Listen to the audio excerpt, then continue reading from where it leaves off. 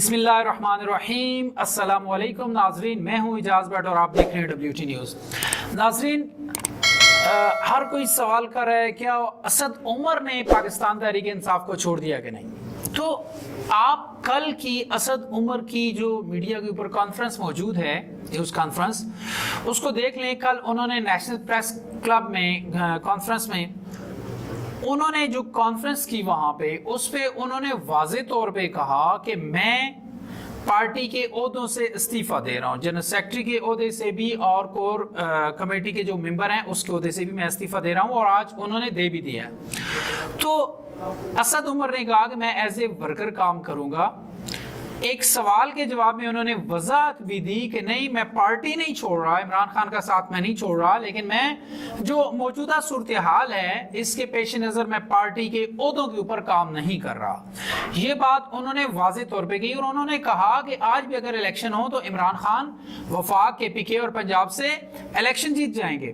तो वजाहत कर दूं कि असद उमर ने पार्टी नहीं छोड़ी, बल्कि उन्होंने पार्टी के ओहदों से इस्तीफा दिया और आज की डेट में वो दे दिया।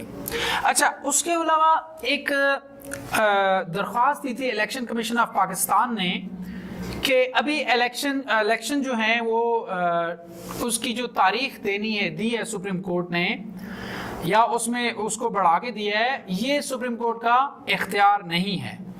तो उस पर आज भी बहस मुबाहिसा हुआ। तो जजेस ने उस पर काफ़ी बात की और इलेक्शन कमीशन से उसका भी जवाब मांगा उनके वकील से। उन्होंने कहा कि निगरान हुकूमत की मुद्दत में तोसी आइन की रूह के मनाफी है। ये कहना था जस्टिस एजाजुल एहसन का। जस्टिस एजाजुल एहसन ने कहा कि अभी जो हुकूमत बैठी हुई है ये तकरीबन 129 दिन आज इसको पूरे हो गए हैं, इस हुकूमत को, निगरान हुकूमत को पंजाब के अंदर। तो ये 90 दिन से ज्यादा नहीं बैठ सकती और ये आइन के बिल्कुल मनाफी है। यानी अगर 90 दिन या एक्सट्रीमली अगर इसको आप ले जाएं तो 120 दिन, ये ज्यादा से ज्यादा, वो भी इलेक्शन होने की सूरत में। इलेक्शन ना हो तो 90 दिन का टाइम है, इलेक्शन हो जाए तो नया सेटअप आने तक 120 दिन का टाइम होता है, 30 दिन उसमें भी लग जाते हैं। तो 120 दिन तक ये हुकूमत बैठ सकती है, लेकिन इसको आज 128 दिन हुए हैं। तो जस्टिस एजाजुल एहसन ने कहा कि निगरान हुकूमत की मुद्दत में अगर तोसी की जाए तो वो भी आइन की रूह के मनाफी है। मजीद उन्होंने कहा कि निज़ाम मजबूत हो तो शायद तमाम इंतखाबात अलग अलग मुमकिन हैं। ये किसने कहा जी?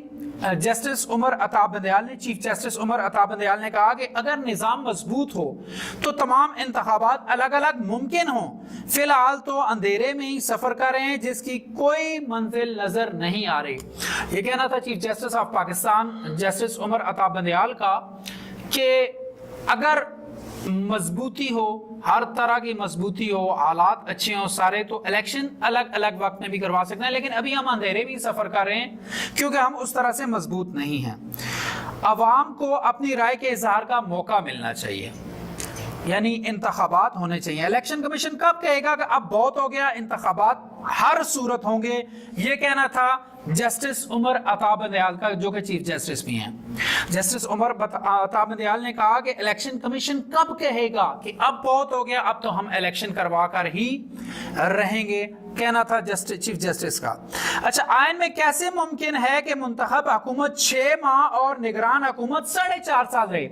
ये एक बात की थी जस्टिस उमर अता बंदयाल ने कि अगर असेंबलियां 6 माह चलती हैं और 6 माह चलने के बाद डिसॉल्व कर दी जाती हैं और वजीर आला के पास हक होता है कि किसी भी वक्त वो असेंबली डिसॉल्व कर सकते हैं, तो जब असेंबली डिसॉल्व हो गई, अगर 6 महीने में असेंबली डिसॉल्व हो गई तो आइंदा आम इंतखाबात तक निगरान हुकूमत रहेगी 4.5 साल तक।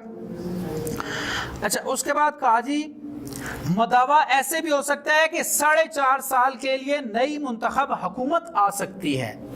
ठीक है, यानी अगर एक हुकूमत 6 माह चलने के बाद असेंबलियां खत्म हो जाती हैं तो फौरन ही उस असेंबली के इंतखाब करवाने के बाद अगले 4.5 साल के लिए नई हुकूमत आ सकती है, जिसको हम मिड टर्म इंतखाबात भी कहते हैं। तो अच्छा, कौमी असेंबली के इंतखाब में सूबाई हुकूमत की मुदाखलत रोकी जा सकती है।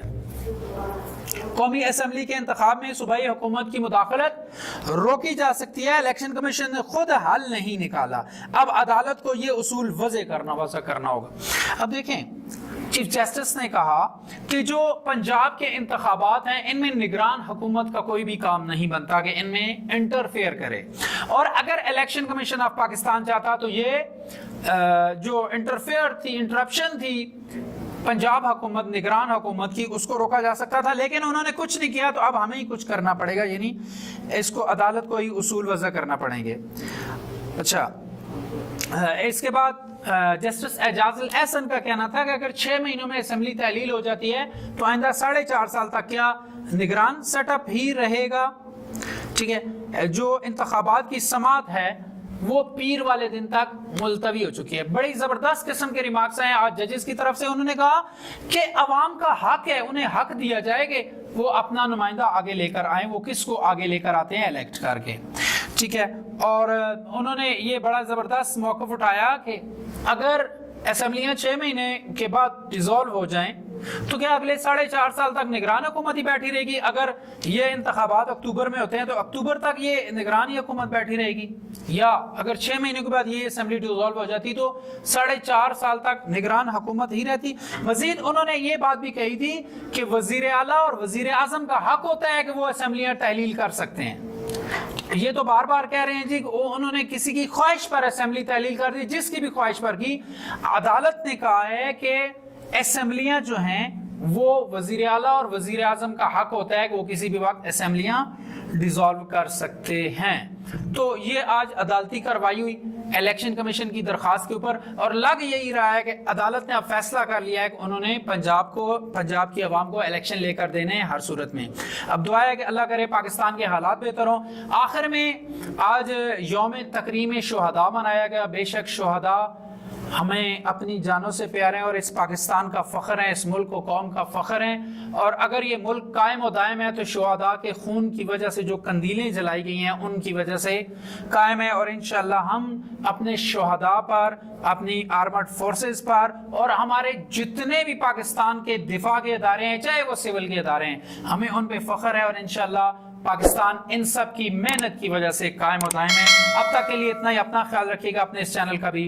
अल्लाह हाफिज।